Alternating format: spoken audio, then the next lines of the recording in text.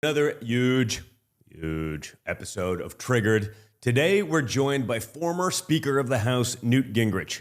Newt is the author of March to the Majority, The Real Story of the Republican Revolution. He's been a staunch warrior for the America First movement. He understands what's at stake in 2024. He knows the ins and outs of Washington as well as anyone else. A true strategist, someone that we rely on, someone who gets it. Okay, there's a lot of people that talk about it from the outside that don't exactly understand Washington, but they'd love whatever they're thinking to be the case. This guy knows the reality. And his book, March to the Majority, isn't just a historical book. It's also a playbook on how Republicans can win in 2024. You guys, I see it in the comments all the time. You guys are always asking me, what can we do? What should we be doing? What aren't we doing? What do we need to stop doing? This is going to be that conversation, so I think you're going to really enjoy this one. So, guys, just make sure you're liking, you're sharing, you're subscribing, you're downloading the Rumble app so you never miss any of these major episodes, okay? I know I'm not like everyone else. This isn't my day job. I do this because I love it, because I believe in it, because I like fighting.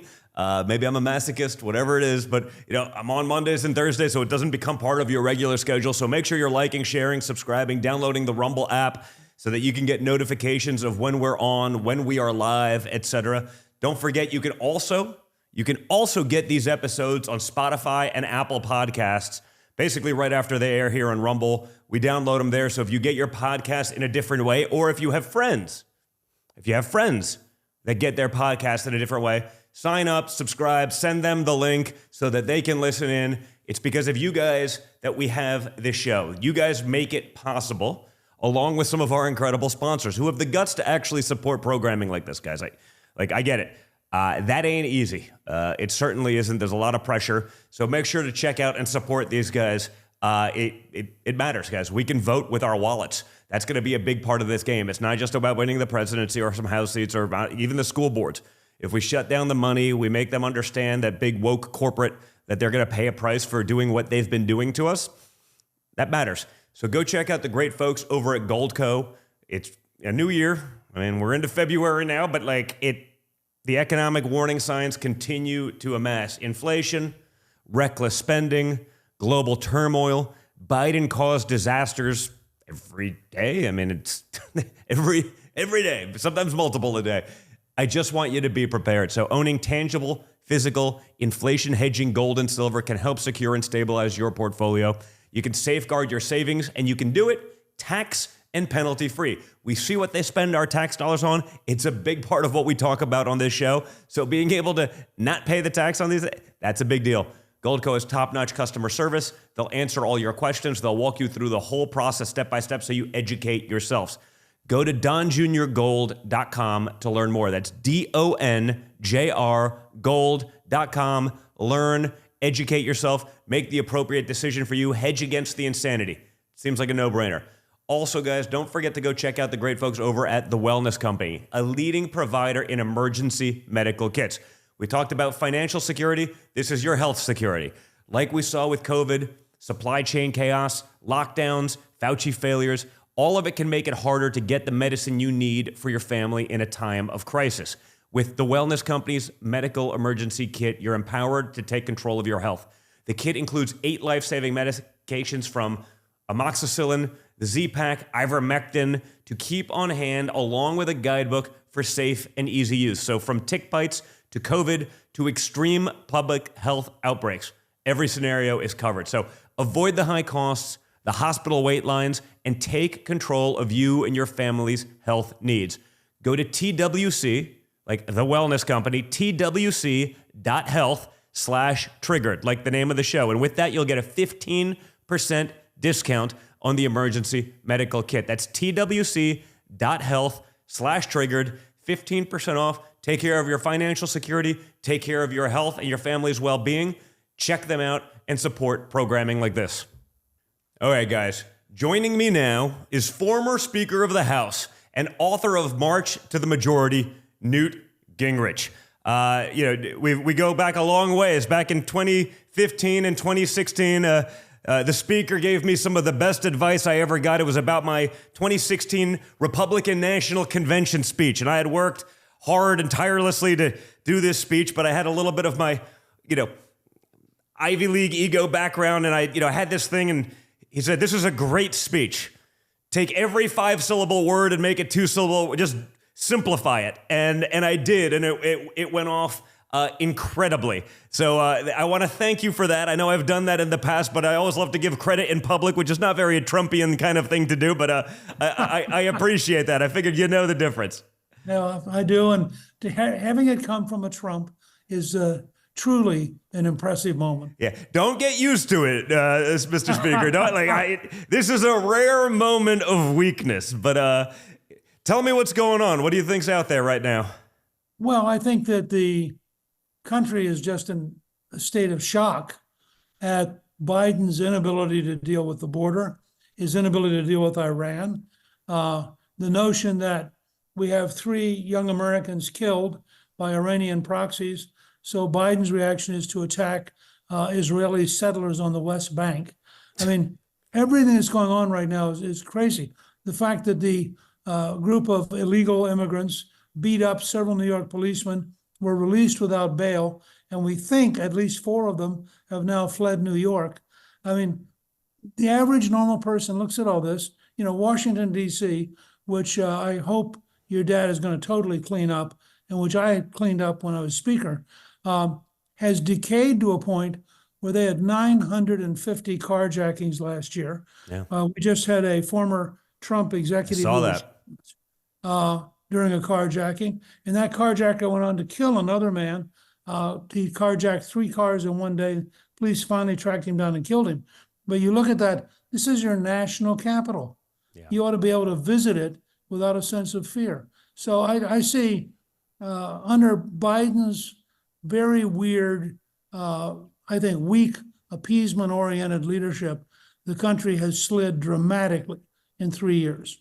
So you mentioned the border, because obviously that's the big one that we see. They're not exactly sending their finest. I see what's going on down there, and these are not scientists or mechanics or engineers. These are in many cases very bad people, as we saw in New York, and yet Biden can get there on a world stage and say, I've done everything I could possibly. I mean, that's just a lie. I mean, I think there were 64 executive orders that made it harder for us to control our border and much easier for everyone to go in. But even still, even in the face of such obvious lies and nonsense, the press is playing this game. They're almost like blaming it on Republicans. Joe Biden, wow, he did everything he could possibly do, which is exactly nothing. It's the Republicans' fault because they didn't give Ukraine another $200, $300, $400, $700, $800 billion. How are they getting away with that still? How can the press tell us that with a straight face? I get they're trying to sway, public sentiment, but it's so flagrant now. They're not even pretending. No, look, I think fake news turned out to be an accurate term. That's who they are. That's what they're dedicated to. They are essentially the offensive wing of the left. They make no pretense to be accurate or honest. And I'll tell you what's happening in the country, though. Texas is actually succeeding. Somebody said that Eagle Pass had now dropped to fewer than 200 illegal immigrants a day from what had been thousands. And in fact, the cartels have figured out that Texas is too hard, and they've moved their effort to bring illegal immigrants to the U.S. to Arizona and California. And I think we should be challenging the Democratic governors of New Mexico, Arizona, and California to bring their National Guard and their state police to the border. And I think we should seriously be looking at a bill in Congress that would compensate the states for doing the federal government's job.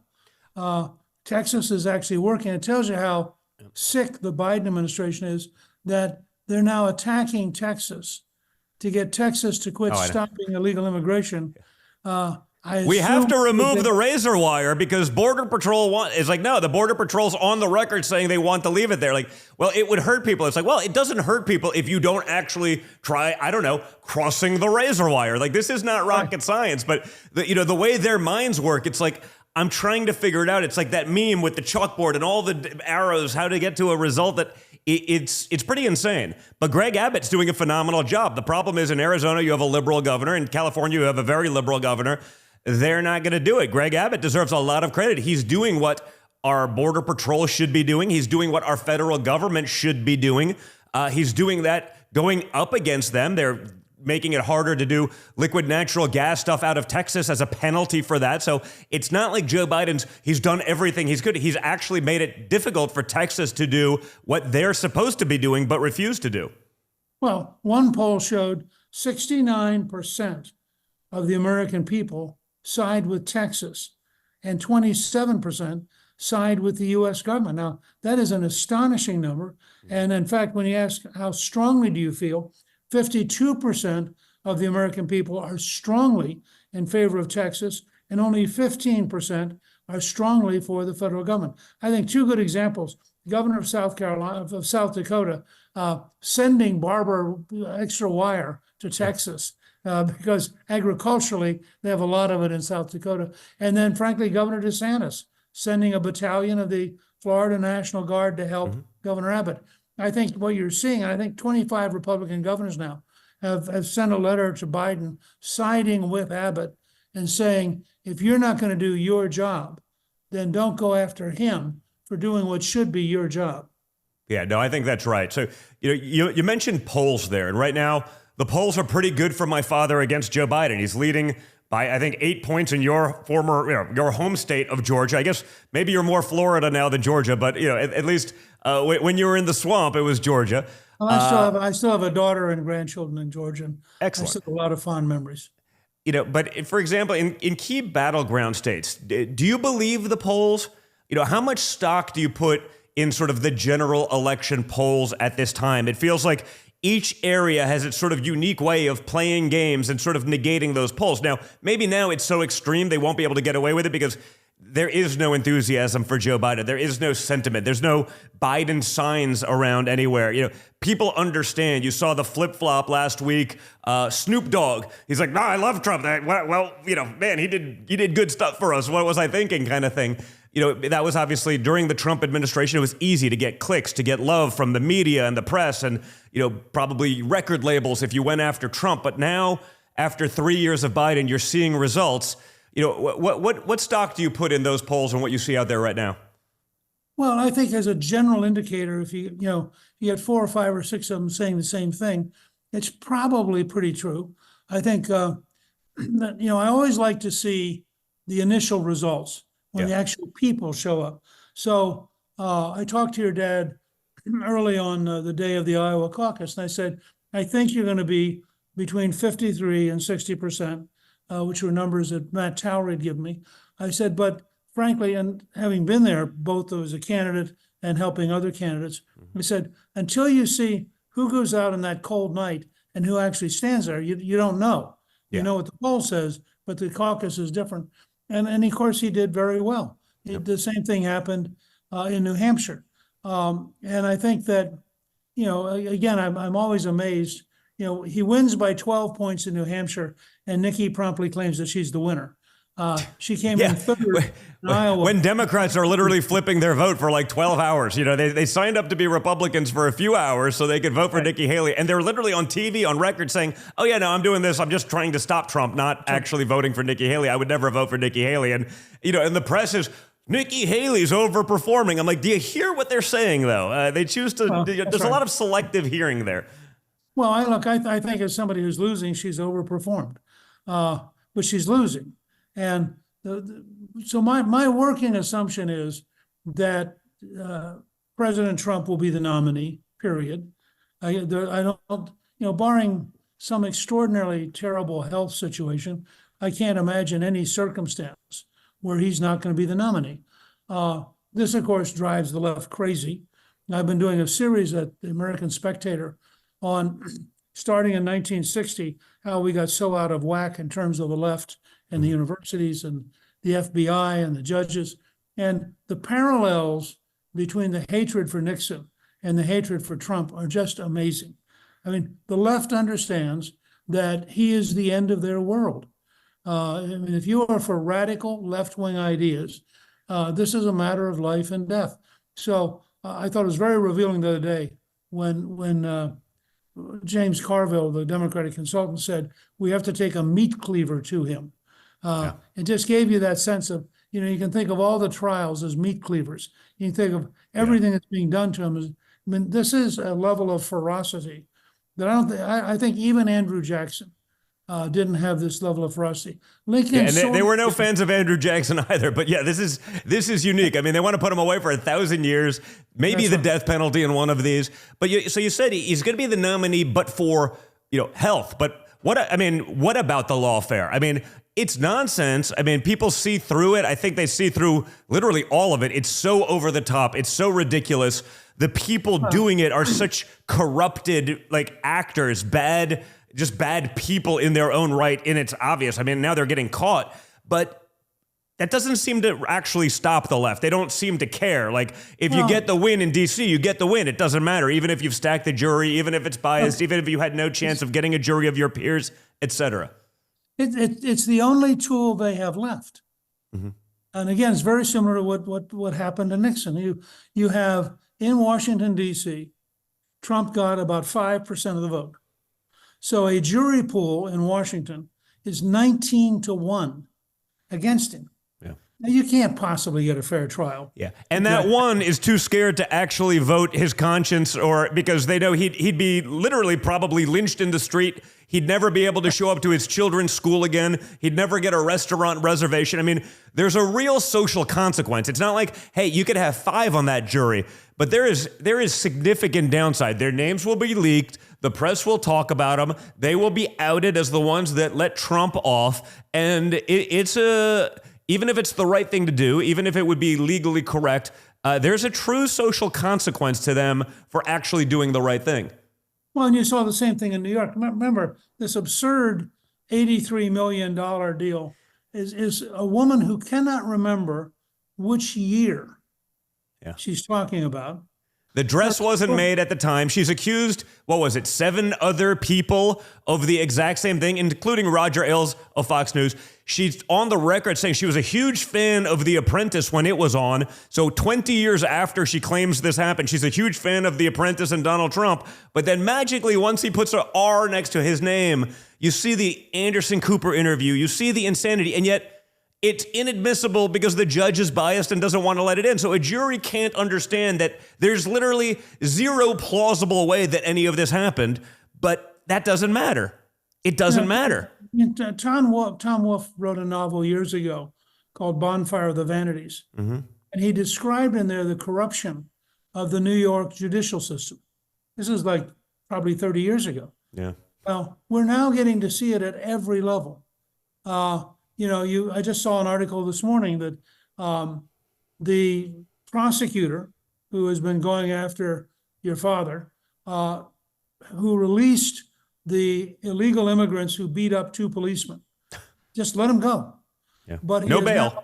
He now wants to retry the chief financial officer of the Trump company. And you have to say to yourself, this is such corrupt, blatant politics that I think what it does is it undermines belief in the law. And I think that increasingly people understand that this entire episode is about politics and power. We're replacing the rule of law with the rule of power. And that is really dangerous in a free society. Yeah, people have to understand that, right? When you do that, there's a point where there is no return, right? The pendulum swings too far and you never actually get it back. Once that becomes the norm, that's the norm in perpetuity, barring, quite literally some sort of revolution. I mean, it's sort of 1776, right? I mean, without a revolution, that becomes the norm, and the America you know and love ceases to exist as we know it. Admiral Cunningham, who was in charge of the British Navy off of Crete, was told that if they stayed and tried to help evacuate the troops that were on the island, that they might lose so many ships to the German Air Force that they would literally lose the ability to control the Eastern Mediterranean. And he thought for about 30 seconds, and he said, it takes 2 years to build a ship. It takes 200 years to build a tradition. Mm-hmm. And we're not leaving. Yeah. Well, we're in the same boat. We had founding fathers who created this astonishing instrument called the Constitution. We have been the freest people in the world. We have expanded participation as a citizen to every background, every religious background, every racial background, to men and women, and we established a structure of freedom. And the reason I'm doing this series at the American Spectator is I began to be curious about around 1960. The left began to just attack and undermine the entire American system. And these are people who hate America. Biden, wants millions of illegal immigrants. To say it different is a lie. Biden wants to appease the Iranians, no matter how many Americans they kill. Biden has no real policy on the, we lose today over 100,000 young Americans a year to drug overdose, which is more than we lost in 8 years in Vietnam. It's now such a disaster that Portland has declared a drug emergency. San Francisco is going through the same cycle. And all of a sudden, all these liberal ideas that were supposed to work are turning out to be cancers that are eating at the very core of our society. Well, I saw, what was it? Oregon they're shocked that legalizing heroin has not, in fact, reduced. I mean, I'm like, how do these people get elected into office? There's, the only thing, not common in DC and in government these days is sense. Common sense is totally out the window and missing. Well, on the left, they live in an alternative fantasy world. Yeah. I always tell people that liberals can't deal with violence, whether it's criminals or terrorists or countries, because they saw The Lion King and they thought it was a documentary. And they actually think that lions and zebras sing and dance together. Yeah. And when we try to explain to them that lions actually eat zebras, they go, no, didn't you see the movie? Don't you realize that they're friends? And that's Biden with Iran. I mean, Iran taunts us. They chant death to America. The Ayatollah Khomeini goes on national television and says, I want you to understand, death to America is not a slogan. It's our policy. And they then go out and we've had 150 attacks on Americans, and Biden doesn't get it. No, they give them $6 billion, and they say, no, that money's for aid. Like, they don't even understand that money's fungible. If you get $6 billion here, maybe you use it for aid and it's locked up, but that frees up $6 billion that they were going to have to spend on aid or food or whatever it was, and they don't even put that together. I mean, the frustration I get watching these things and watching how far it's fallen, how far that slipped away is it's truly sad, actually, at this point. Now I'm watching Americans actually getting killed, and they don't get that it's because they've exuded such weakness, they're almost encouraging our enemies to attack. Well, remember, when they lifted the sanctions on buying oil, they enriched Iran unbelievably. I think they went from about $4 or $5 billion in total currency when your dad left office to around $70 billion today because Biden lifted the sanctions on oil. Yeah. And then he turns around this last week and he announces that we're going to stop any more liquid natural gas facilities for exporting liquid natural gas to Europe, et cetera. All of that makes Russia and Iran richer. I mean, it's almost like they sit around the White House and say, what is it we can do to strengthen our enemies and weaken our allies? I say it all the time. If you were, the proverbial, Manchurian candidate, right? If you were trying to destroy America from within, what would you do differently than what today's Democrat Party is actually doing? And the answer is nothing. That's scary. But you're right. You see it with Iran. You see it with Russia and everything going there. But you wrote a book, Trump versus China. I mean, no conversation like this would be complete without what's going on in China. Talk about the growing threats from Beijing and how my father, back when it was at his White House, could effectively confront the threat that they posed, and perhaps contrast that to what we're seeing from Joe Biden, in China. Well, when Claire Christensen and I wrote Trump versus China, we were really surprised. I mean, I've been dealing with China my whole career, but I realized that President Trump had instinctively understood that they would only respond to strength, that they were our competitors, not our allies, that they routinely would cheat, and he dealt with them appropriately. I mean, he was a very tough, very effective negotiator. I mean, as an example of strength, when they first had, and you know this story, you may even have been there, that when they first had Xi Jinping, the Secretary General of the Chinese Communist Party and President of China, and it's important to remember his jobs come in that order. Yes. It is a communist dictatorship. And when he had him to Mar-a-Lago for dinner, and he said about halfway through dinner, gee, I've got to step out for a minute. And he went out and briefed the press that we had just fired Tomahawk missiles and destroyed a number of aircraft on some Syrian airfields. Yep. And he stepped back in and said, gee, I'm sorry I had to get out, but we had to do this. I am confident that that was all by design. Yeah, well, when he said that, when he tells that story, it's pretty amazing. I gotta have him back on the show to actually tell that story, because you get the Trump, and it's like, you're having a great negotiated, they're smart guys, they're tough, whatever it is. Oh, hey, by the way, I just, and they'd been helping sort of Syria at the time, so it was like, hey, we're not doing anything towards you guys, but just wanted to let you know, there's a couple Tomahawk missiles in the air. They're gonna make landfall in about 30 seconds. And then we went, 59 for 59 or whatever it was. It was like. That was what we call a power move. That was a flex.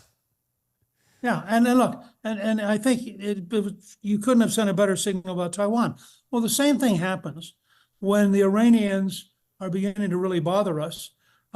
We tracked down Soleimani, who was the head of the Iranian Republican Guard and their chief organizer of terrorism for 20 years.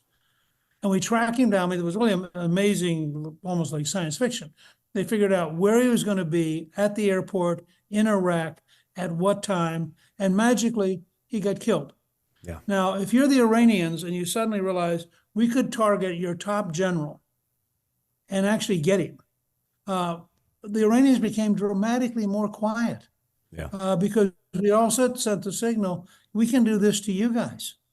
And of course, so what I thought was impressive, and very much like Reagan, is that President Trump believed in tremendous military strength, but very careful surgical use. Yeah. Not getting sloppy, not going out here in a way that, I mean, the idea of playing whack-a-mole with Iranian proxies is just stupid. Yeah. We're using $1 million missiles to stop $100,000 and then $20,000 missiles. That is a dead loser in the long run. Yeah. We'll go broke trying to buy enough missiles. Yeah, no, without question. I guess so. You see what's going on in the House. You see what's going on in Washington, D.C. What parallels do you see between sort of your march to the majority in the 90s, right, and your speakership to what my father is facing in 2024? What the current speaker is facing? What can we learn from 1994 in 2024? Well, I mean, I would say, first of all, the 1994 was standing on Reagan's shoulders. Yeah. And I think the real parallel to where we are right now is Jimmy Carter in 79-80. Carter was a disaster. He wasn't as big a disaster as Biden, but he was a disaster. Iran, ironically, was in the fight again because they had the hostages, and we had a 444-day hostage crisis. Our military failed trying to rescue the hostages, and we had a very, very painful and difficult disaster in the middle of the Iranian desert. Carter clearly was out of touch with reality. He gave this amazing speech about how we all have to learn to do less. And he was wearing a sweater sitting in front of a fireplace with a fire on. I mean, the average American looked at that and thought, this is all just weird. Yeah. And along comes Reagan, and two things happened. One was that we nationalized the election. I actually was a freshman member, and I organized the first Capitol Steps event and the first Contract with America in September of 1980 with Reagan. And we had every federal candidate come in, and we all stood there and pledged to do a handful of things that we knew were very popular. The other thing he did, though, was he made it a national campaign. There was a clear choice. And we built on that, and in 1994, we created a clear choice. Well, if you look at how Democrats are currently voting in the House and in the Senate, and you look at the way issues are evolving, as I said a while ago, when 69% of the country is supportive of Texas, and And you know that the Democrats in the House, I've been trying to get the Speaker to bring up a bill in suspension, applauding Texas and encouraging it, just because the Democrats would then have to, line themselves up with the 27%. Yeah. And I think that we have a real opportunity. One of the things I'm working on is I think people are really tired of the fighting and the negativity and the viciousness. The fact that 96 out of the 100 top television shows were NFL football games tells you that people are literally trying to hide from how gruesome and how disgusting and how tiring the whole government political system is. And I think there's an opportunity here for your dad to become the candidate, much as Reagan was. Right? Reagan was very deliberately the candidate of the future. He talked about an opportunity society. He talked about you ain't seen nothing yet. He said America's best days are ahead of it, not behind it. He deliberately contrasted Carter's commitment to malaise and getting by with less. And he said, that's not us. That's not who we are. I think we can offer the American people a dramatically better future.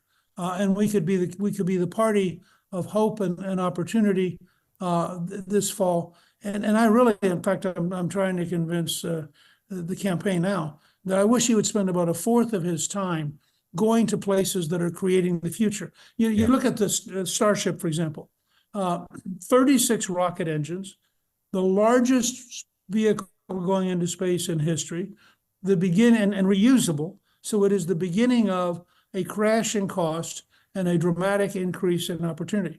Dr. Mike Roizen just wrote a book called Real Age, and he said that people 20 today will probably live to be at least 115 because all the biological breakthroughs that are occurring. Artificial intelligence and artificial general intelligence are going to give us tools that allow us to dramatically rethink government. I've said to people for a long time, you don't need 26,000 people in the Pentagon. That's the number they had in World War II with manual typewriters, carbon paper, and filing cabinets. You probably could reduce the Pentagon to a triangle and actually have a better defense system. And so I just think we're at the edge of breakouts that are going to be so unimaginable. And if we became the party of the future and the party of hope and the party that said, once again, you ain't seen nothing, and you contrast that with the best example is cars, where President Trump has absolutely taken the right position. 6% of the country wants to buy an electric car. Yeah. The rest of the country thinks, maybe you want to have it as your around town car, but you sure don't want to have it as your cross country car. Being here in South Florida, you wouldn't want to try to escape a hurricane in an electric car that has batteries and electric and water it just doesn't work all that well, especially salt water. It's a serious problem. Yeah. So the very fact that Biden wants to force us to buy the car they own, he wants to force us not to use a gas stove. I mean, go down the list of things. We can be the party of opportunity that says, you want to have more choices, not more bureaucracy. You ought to have more opportunity, not more red tape. And I think that gives us a chance this fall to have just a breathtaking election. I certainly hope so. It scares me a little bit, the stat that you said about, 96% of the top viewed things are football games and people are hiding from it, because I hope they're not hiding because they're not noticing. I hope they just understand what's actually going on in the world. They're not just listening to, sort of the CNN, let's call it the narrative take, not what's actually happening, but what, the Democrat talking points are about what's happening, which is very different than reality. So if they're hiding from that and believing what they hear in the background, that's scary to me. Well, I think it's just the opposite. I think they know the carjackings are going on. They know that illegal immigration is going on. They know people are dying of drugs. And they know that right now they can't do anything about it, and it drives them crazy. Yeah. And they don't want to wallow in it, and they don't want to be immersed in it. But every poll I've seen, people get it. This is why Biden's numbers are so bad. People know this is not working. I think you're right. Listen, I certainly hope so. And I'd love to, you would know this better than anyone. Now, it's obviously interesting in the House. You have a 2-person majority right now. This is not easy. You're not going to get a lot of the legislation done, but you still control, the power of the purse strings. There's a lot that we could be doing if we were together. How do you assess the current state of the House GOP under Speaker Johnson? What would you be doing right now if you were Speaker with a slim majority that he has? And what would you be doing differently? I think with a majority of two, you just have to be really, really careful. And you have to spend most of your time listening and trying to get people to listen to each other. And recognize, and then you have to pick targets you can actually achieve. And I thought, for example, the tax cut bill that they just passed, which really included precisely the kind of child tax credits that your dad asked for and didn't get out of Nancy Pelosi. And at the same time, every conservative economist I've talked to, including the people at the America First Policy Institute, said that the changes in this bill in terms of capital investment and build a business, small business in particular, were so powerful that it was really a big deal. Well, they got it through with a big bipartisan majority. Took a lot of work. They wouldn't give it to Trump because it was good for the American people, but it would also be good for Trump. So they're willing to throw the American people under the bus to stop Trump from getting a win, which, tells us a lot about Washington, D.C. to begin with. That's right. And so we'll see what the Senate does and whether they destroy the bill on the way through. But I think there are things like that. I thought it was very significant that the House Republicans passed H.R. 2, which is a very tough border bill. And our goal on the border should be no illegal immigration. Yeah. And I'm very doubtful about the Senate version, this so-called compromise, because my experience is anytime a bill has to be kept secret, there are probably bad things in it or they wouldn't have it secret. So we'll see now that it's finally being published. But I'm against a bill which says, well, it's okay to have X thousands a day. Yeah, 5,000 a day. That's like, just so we're clear, I think it was Jay Johnson under Obama. His Homeland Security guy said 1,000 was too much. That was an invasion. That was not sustainable. That was 8 years ago. That's not all that long ago. So what changed? 1,000 was unsustainable under a Democrat who was all for illegal immigration as far as I'm concerned, but it was still too much. They recognized that was not plausible. It was not livable. It was a disaster. But now Republicans are saying, you know what? 5 times that number forever, 5,000 each and every day. No vetting, nothing. It's just, that's guaranteed.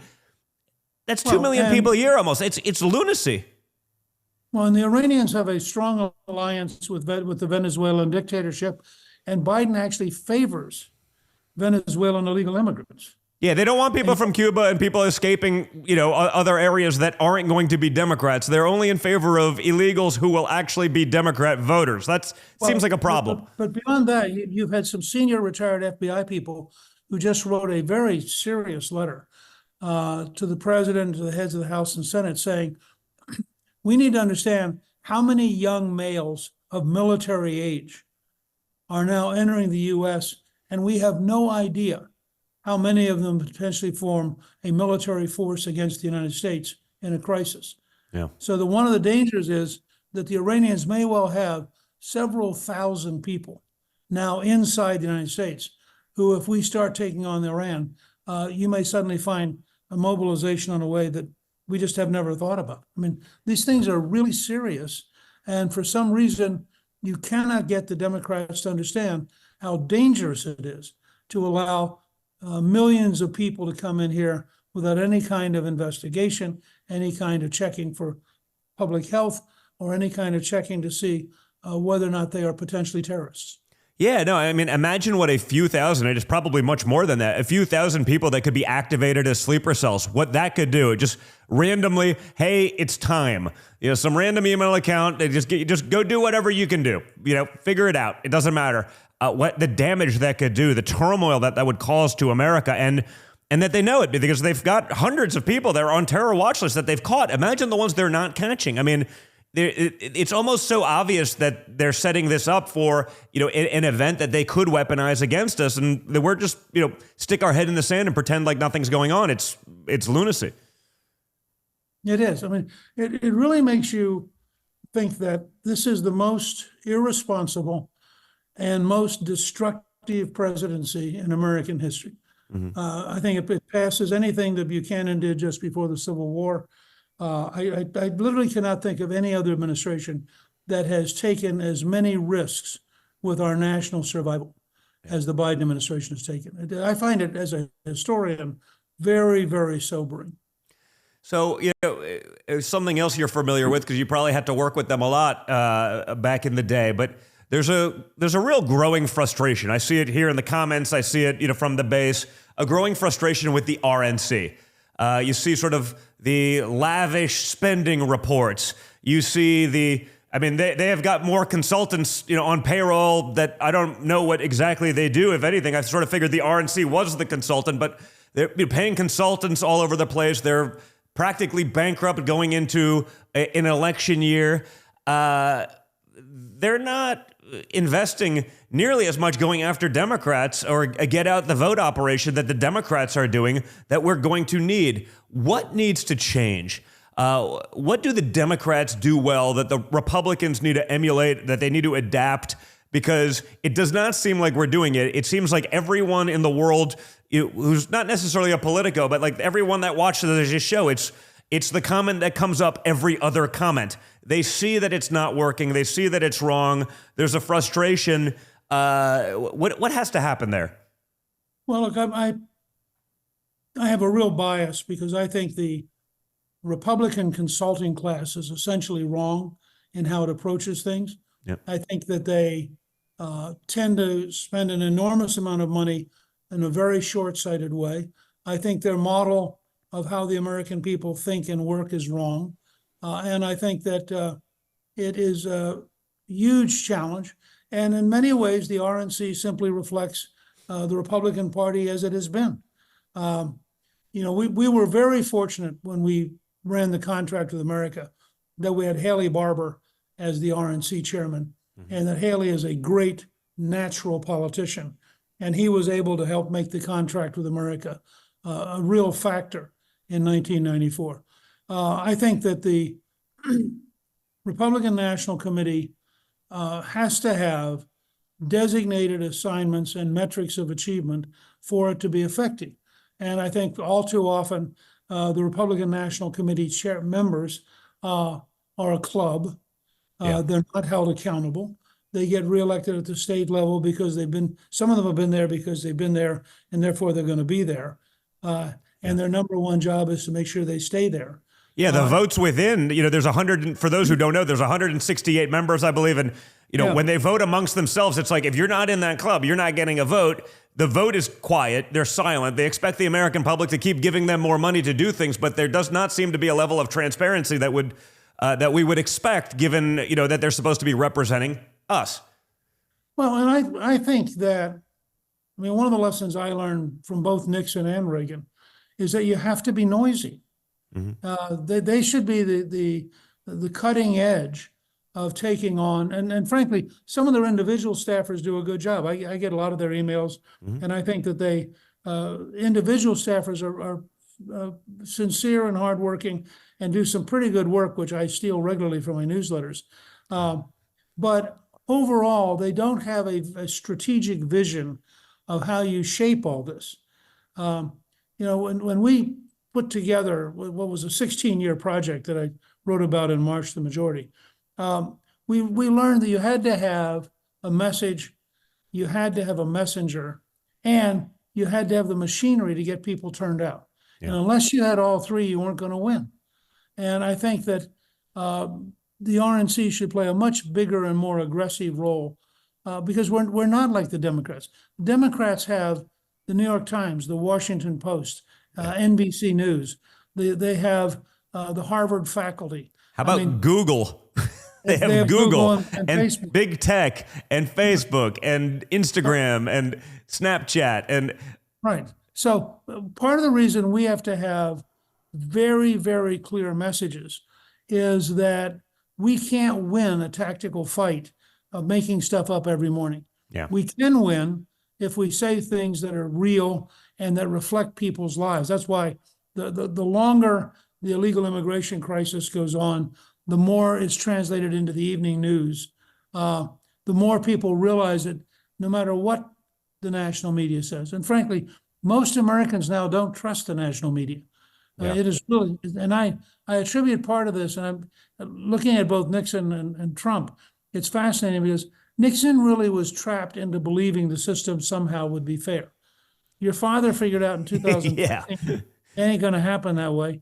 And when he invented the term fake news, he really cut through an amazing amount of the baloney. And he allowed his supporters to understand, oh yeah, that is what they're doing. I don't know if I ever told you, but when Callisto was the ambassador to the Vatican, we went up to Turin on one weekend, and it turns out they have the second best Egyptian museum outside of Egypt after the British Museum, just for unique local reasons. So we're going through this museum with a local guide from Turin, and he points over and he says, "You see that statue? People are going to tell you X, Y, and Z." He said, "But I want you to know that's fake news." And I stood there and I thought to myself, I am standing in Turin, Italy, with an Egyptian museum guide who is using Donald Trump's language. Yeah. And I thought there was an example of something which penetrated the culture all around the planet. Well, and I think you see that. I think you see it, with the election of Milei in Argentina and others around the world. People are catching on. They understand that the system has been stacked against them. They understand that the people that were giving them the news aren't unbiased journalists. They're very biased. They're very much have an agenda.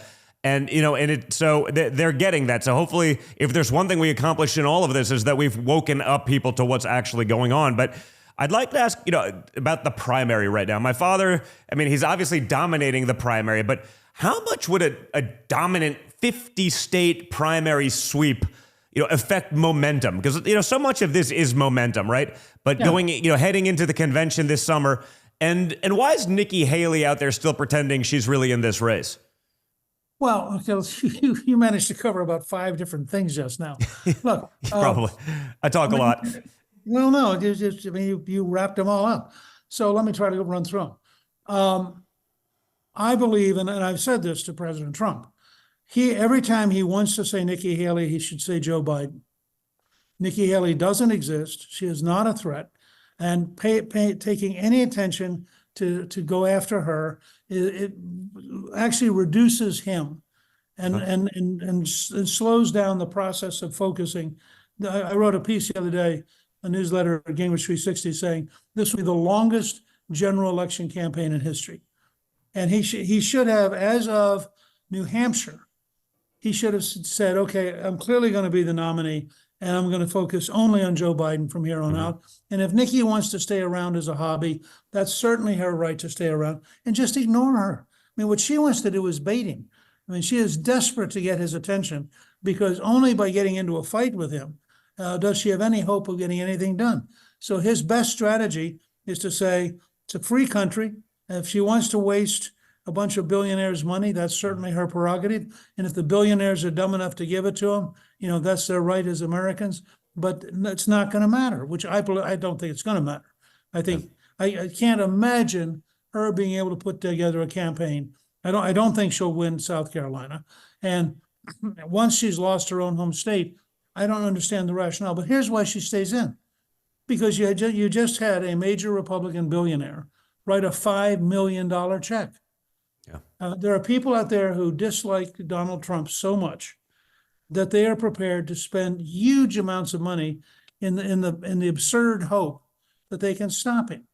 Now, they're not. Yeah, well, they also want to not just stop him, but they want to also be the puppet master for whatever candidate they put in those positions. That seems to be clear. The billionaire class has not served America well. They've exported our American dream. They've given away all our jobs to save 2 cents on a widget that they could get out of China for a little bit cheaper. There's a reason that the billionaires have united against Trump, because I think they all actually probably did well under Trump's policies. They just didn't have the control they wanted. And for politics for them is very much about control. Well, and these are people who really did make so much money out of China that they can't possibly deal with China in any kind of tough way, because it's been the base of their income. Well, and they're so vested there right now. If they took policies that were bad for China, they just shut them down. Right.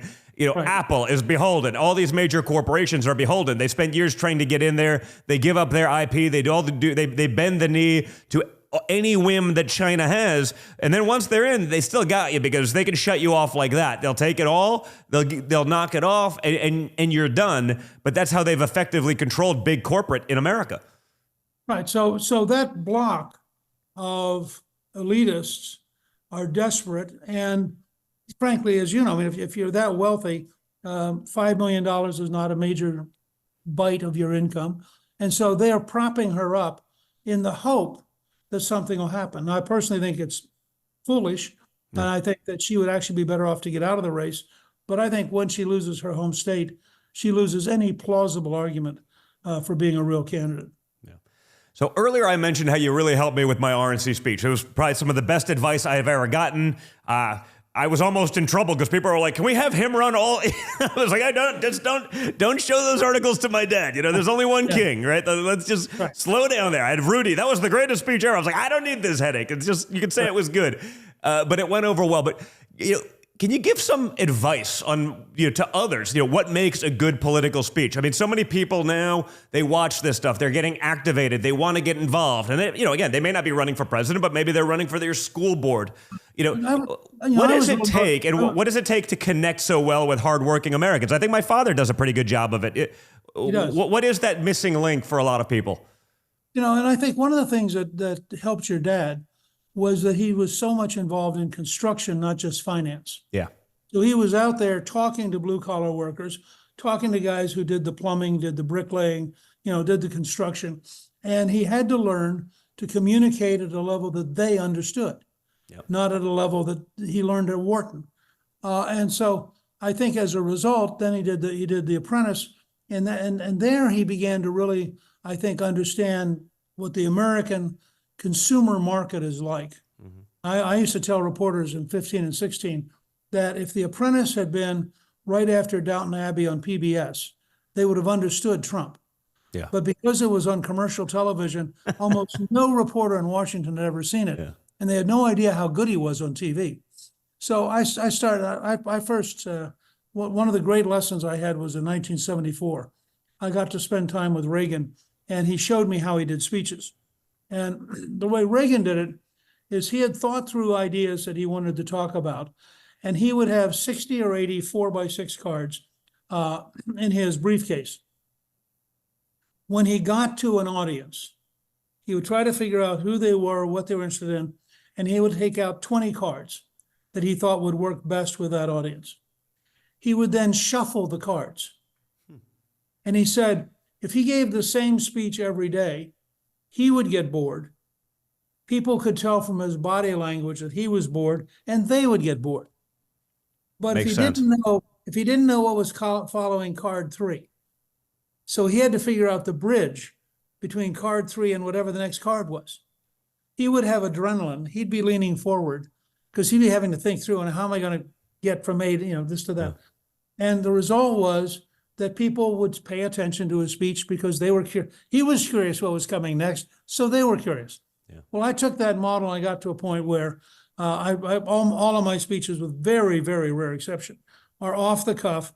Usually I take a legal pad, piece of paper, put it in 4s, and just write one or two words to trigger each thing. Here's what people need to remember. All communication occurs in the mind of the listener or the reader. So it's not what you say, it's what they hear. Mm-hmm.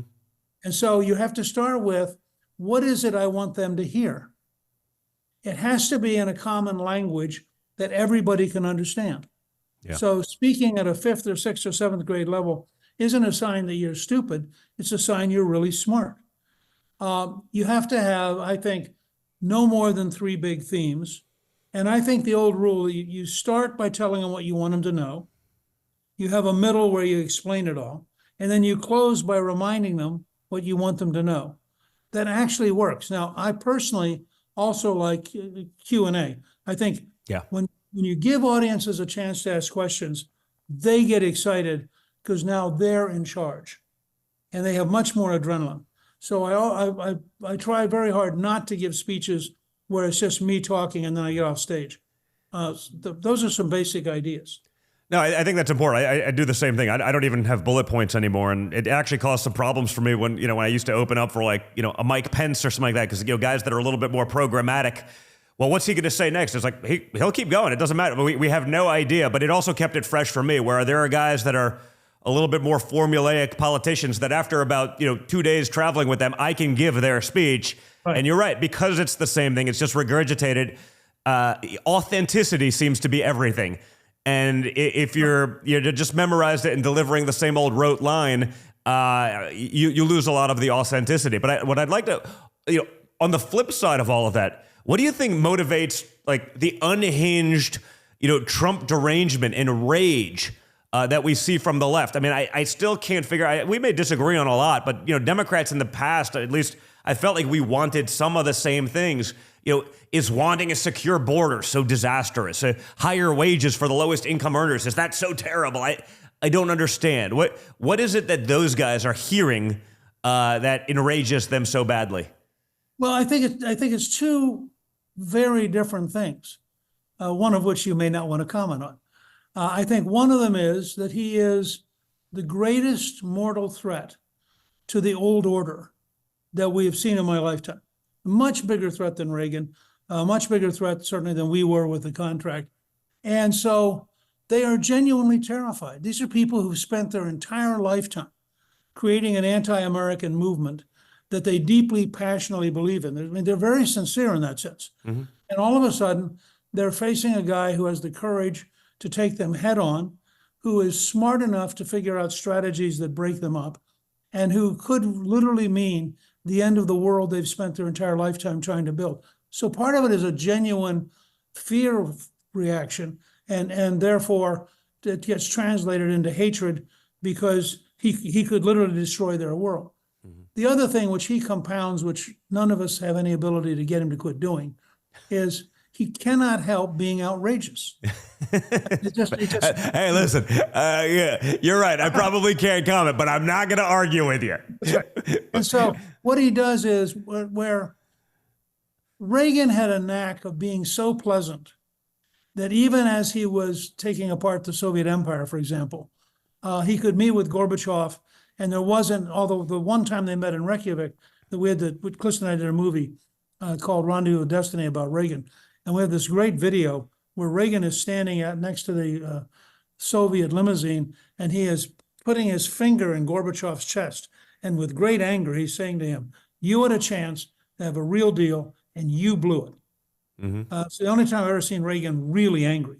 But Reagan would have never done some of the things, and some of it I think your dad does because it's either entertaining or it reflects something. Some of it I think he does just because he has this instinctive counterpunch approach. But and a lot of what they said about him has just been lies, right? That he's the P tape.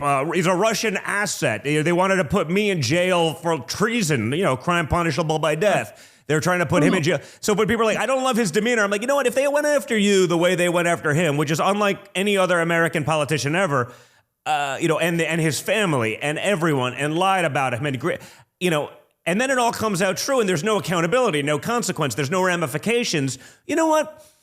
I don't know. Your attitude would be different too. Yeah, there's a great line from the German poet Rilke, who said, "If you drive away my demons, will my angels leave also?" And I would say that if President Trump wasn't so aggressive a counterpuncher, he might not still be standing. Correct. So people, how do you do it? It's like it's just him because he is a fighter. But it's instinctive. But I think on balance, he is so important to the future of the country, and he is the only person I've met, and I've been at this business since August of 1958. And I worked closely with Reagan. I knew Nixon pretty well. I knew both of the Bushes some. Trump is the only person I've met who I think has the sheer courage to take the beating, keep coming, and potentially genuinely get the country back on track. And that's why I've always stuck with him, even on days when I'm so mad at him I can't stand it. Because I know that underneath those things, there is this enormously patriotic, deeply intelligent person who is doing everything he can to help this country survive and remain free. And, you can put up with a fair amount if you think that's true. And I don't think there's any replacement for him. I think he's unique. He's definitely unique. It seems like a man for the times as well. But, recently there were comments from, very Democrat, Van Jones, saying that basically, young radical Democrats aren't actually on board with Biden, basically because they feel he's not anti-Israel enough, he's not radical enough. Is that where Democrats are today, or is that just what we see? I mean, No, I know there's blue-collar Democrats around America that are great, but I feel like that party has left them.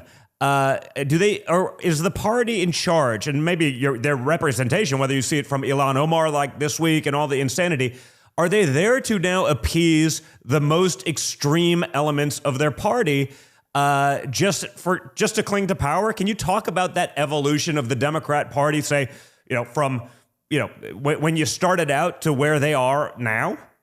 Well, look, when I started out, they were still had a huge conservative wing. When we passed Reagan's programs, we had about a third of the Democrats in the House voting with us. Most of those gradually became Republicans. I think what you have today is three factions in the Democratic Party. You have a rapidly shrinking moderate faction, blue-collar workers, Latinos, Asian Americans, all of whom, and frankly, a rising number of African-American males who really aren't part of where the left is going. Then you have the Tammany Hall corrupt faction who gets so much money out of government. Remember, this government spends over $4 trillion a year. Yeah. So there are a lot of people who are at the trough, and they'll put up with almost anything because they want to get more money. Yeah, and that's before you get to Bob Menendez and the gold bars in his under his bed. We're talking about people who have sort of honest graft as opposed to people who have dishonest graft. And then third, you have this rapidly rising, very militant, self-assured, and very aggressive left wing.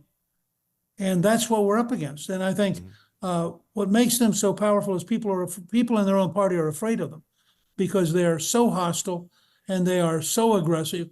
I think the result is there's this constant pressure pushing Biden and others to the left and pushing them away from the American people. That's the other part of this, is you have to recognize that these people do not represent the values of more than 15 to 20% of the country. And if we can run a campaign this fall that makes that clear enough, it'll be a catastrophic election for the Democrats. So what voting blocks do you think my father can make the biggest gains? You mentioned, obviously Latinos seem to be going good, African-American men. I'm sort of shocked it's not the women.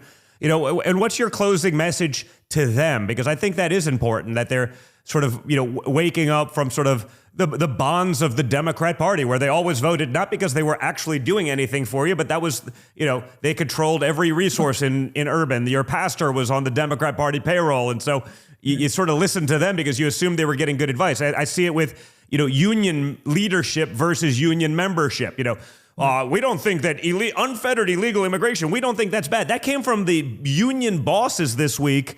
And I'm like, wait, you don't think that's bad for American workers? Like, are you out of your mind?